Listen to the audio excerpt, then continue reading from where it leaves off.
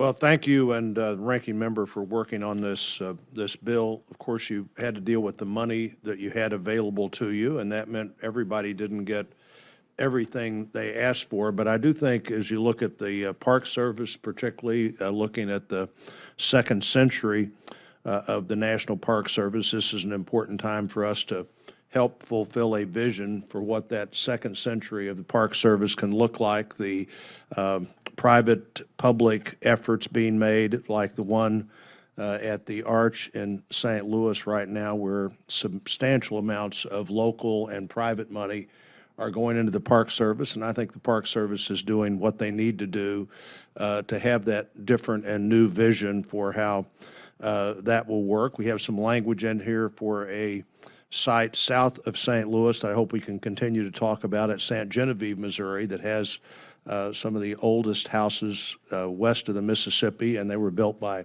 French settlers there in a different way than other houses have generally been built in this country, with vertical log construction and still standing, and several of them still there, something the State Park Service has worked on for a long time, but in cooperation with the National Park Service, looking for a more secure future for those locations. The Waters of the U.S. rule, a one-year delay there, if we could achieve that, would be a significant thing. The courts are looking at that rule to see if it exceeds the ability of the EPA, as I think it does, to move forward and in our state control anything involving water in what is projected to be 99.7% of the geography of the state. Every building permit, every utility pole, every driveway resurfacing, there is frankly no end to how far that rule can go, and I think it's a good thing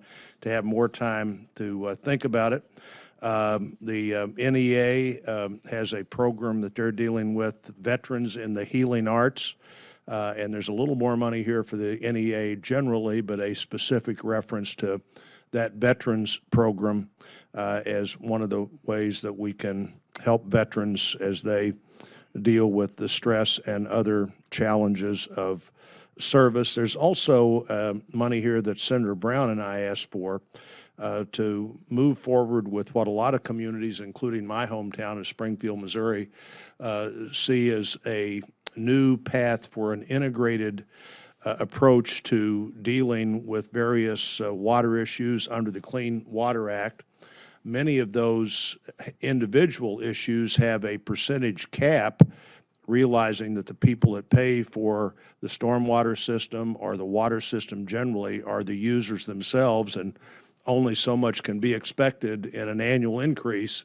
But there is no such cap if you have 3 or 4 or 5 of those things going on at the same time, and this bill encourages looking at that. It's strongly supported by, I think, the Municipal League, and look forward to seeing the continued focus on what we can do to be sure that the federal government, trying to do the right thing, also does the right thing for people that have to pay the bill, and in a way that they could afford to get this done. And so I'm pleased with the work I see here. I look forward to this being before the full committee, and another step forward in getting these appropriations bills to where they can be debated not just by the appropriators, but by the entire Senate.